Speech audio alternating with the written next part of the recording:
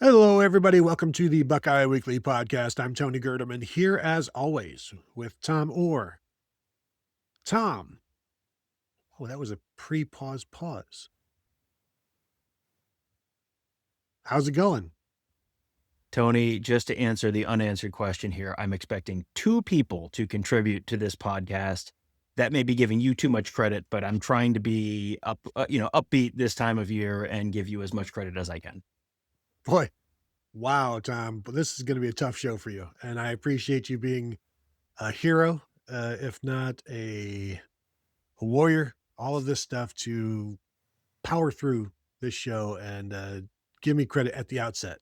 And we'll see if the credit remains, or you may have to take it away at some point. And the more I talk right now, you're probably going to be like, you know what, we should edit some of this out. But no, we want to talk about how deep Ohio State is going to go on offense. And this is not, how many guys are going to play against Kent State. This is basically the regular rotation, position by position. Who is going to play, whether that's Texas, Iowa, games that are still in doubt and are not the blowout type games. So, players are going to play regularly when they're out there. It doesn't catch you off guard. It may catch you off guard the first time, but then you're like, oh, okay, well, this game is still in doubt and he's playing meaningful minutes. So I wanted to go position by position. We'll start offensively with this show. And Tom, uh, how much time do we need to spend on quarterback? One, next position. Running backs, Tom. This is an interesting one because they brought in Jacoby Jackson. They didn't bring him to sit. They didn't bring him to carry the ball 20 times. But you also, like, he's got some skills. He's got some things that you want. He's a veteran. He's done it against Texas. So will he play against Texas? I tend to think so because is he the only guy on the team who's done it before in terms of the running backs? Yes. So there's that. So against like a Texas, Tom, I'm going to say comfortably 4 running backs will play. That's what I would have as well. And is it possible that one of them doesn't play, but you see 4 running backs against Iowa or in Illinois a couple weeks later? Yeah, absolutely. But I think you're looking at Bo Jackson, Isaiah West, Jacoby Jackson, Legend Bay, all getting at least a few snaps. And it may be sort of situational. It may be, hey, you want to put Legend Bay out there. Maybe it's as a decoy. Maybe it's as a run the Legend Bay, do something cool play, whatever it is. I think you're going to see 4 guys out there in meaningful snaps in the first month of the season. Yeah, and we always use the example of Bo Jackson not playing against Texas last year because there was just concern, and you didn't want to throw a true freshman out there against Texas. So that's why using Texas this year as an example is and it can't be the only example because it's a little too constricted in terms of, as we saw last year, what happens against Texas isn't necessarily what happens against the rest of the schedule, especially as things go on. Would I be shocked to see Turbo Rogers against an Iowa or Maryland? No, but also I'm talking guys that are going to play basically every game. And I think those 4, barring anything unforeseen, like they will be part of the regular lineup. Receiver gets really interesting to me. And I'll let you go first. I'll get your thoughts and I'll let you know how right or wrong you are. I think as I'm talking over you, I think we know the guys that'll be out there. It's can some other guys get in that group and make them even deeper? I feel like my default answer here is 6 guys, and that's a little deeper than they've run the last couple of years. There's been a lot of years where it was 4 or 5 guys at the wide receiver position. I think they've got a little bit more depth this year. I don't have a super, super high degree of confidence on naming exactly the 6 guys. You're going to see probably 6 against Texas, but is that going to be, where does Kyle Parker fit in there? We haven't really seen Kyle Parker this month. Before this fall, I would have said Kyle Parker for sure. Is he in that group? We haven't seen a lot of him this month. So we really don't know. But I think you've got Jeremiah Smith, Brandon Ennis, Devin McCuin, Chris Henry. I think Brock Boyd's in that conversation. It may be Kyle Parker. It may be Des Jones, who sounds like he's come on strong in the last week or so. Could be Phillip Bell. Later in the year, we could be talking about Jerquaden Guilford. I think that's probably more of a we'll see in October or November kind of conversation.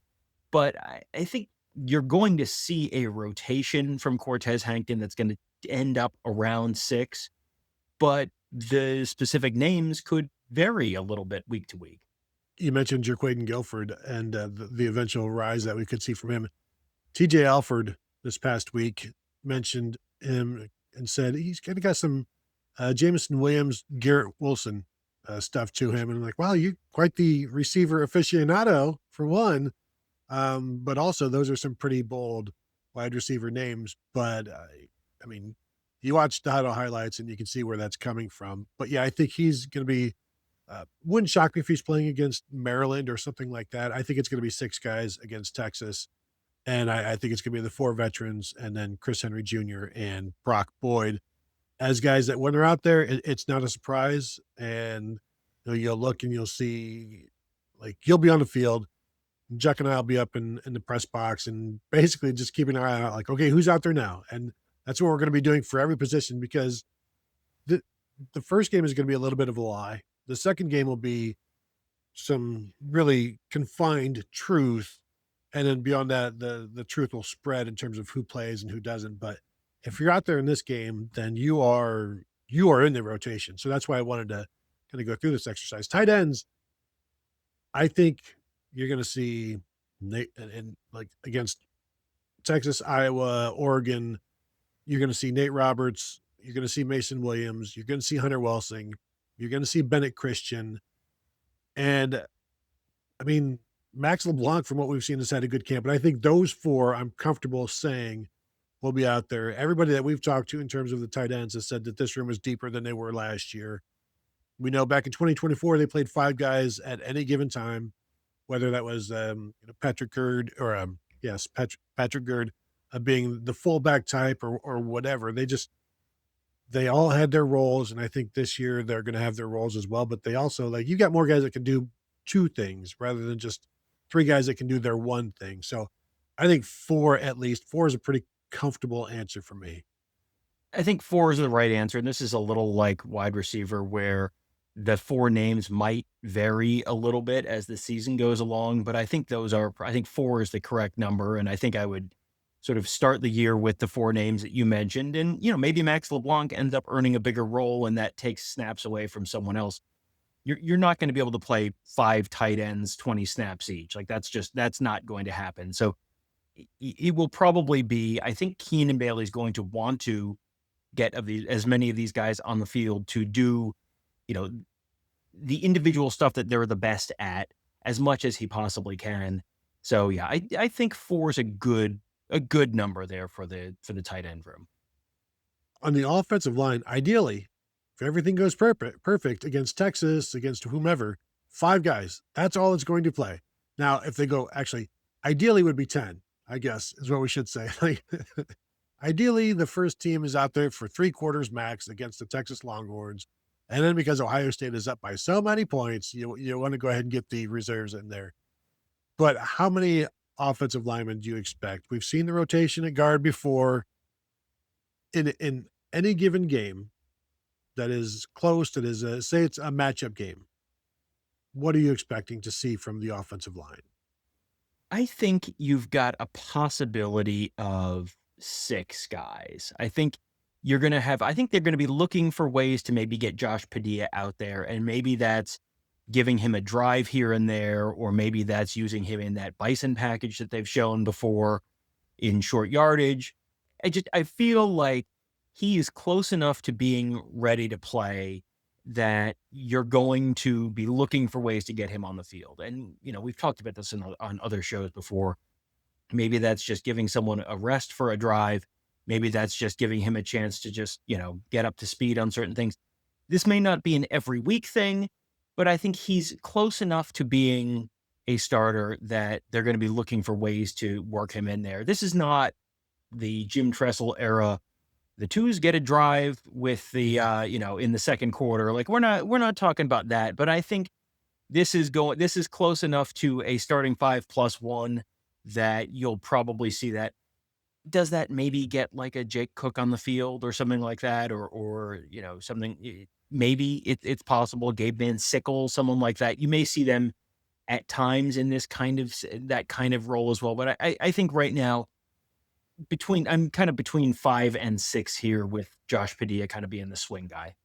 It is amazing 20 years ago when Ohio State went into Austin, knowing that the year before losing to Texas cost them basically, that was maybe eliminated them, that 1 year later they'd go into Austin and throw out the second team offensive line, and I think in the second quarter, and they'd go and lead them down on a touchdown drive. And that was something that Jim Tressel always did. And, early in the season to give everybody an opportunity. I'm not expecting that, but yeah, I could see 6-man line. I don't know if that means Josh Padilla goes in at right guard and then Austin Searveld and Philip Daniels each kick out one spot. So you got like Philip Daniels as the extra tackle type of thing. But yeah, I think, yeah, if 6 guys play, it's not going to catch me off guard. It's not going to shouldn't catch anybody off guard. It's just an added feature to that offensive line when you've got 6 guys that they feel can play. Now that's up to Josh Padilla to show that he can play. So there you go. Some rotational discussion for you on who we think is going to play in the bigger games. And that's, we're focused maybe more on September, October, and we'll see if things get deeper as the season goes, or if they kind of get reined in because, well, we tried to give you a role like, last year, Bo Atkinson being out there and then less and less as the season goes. So that's always interesting thing to watch. Who plays less, who plays more. And if you want to find all of that out, watch during the season. We'll be talking about it over at BuckeyeInsiders.com, talking about snap counts, talking about production, talking about efficiency rates. If you're into analytics, we've got that there. If you're just into football, we're definitely talking about that, X's and O's, recruiting, all kinds of stuff. I would love to see you over there. It is the absolute best way to support what we do. So we invite you there, BuckeyeInsiders.com. That will do it from here. Thank you all for tuning in, and we will talk to you all later.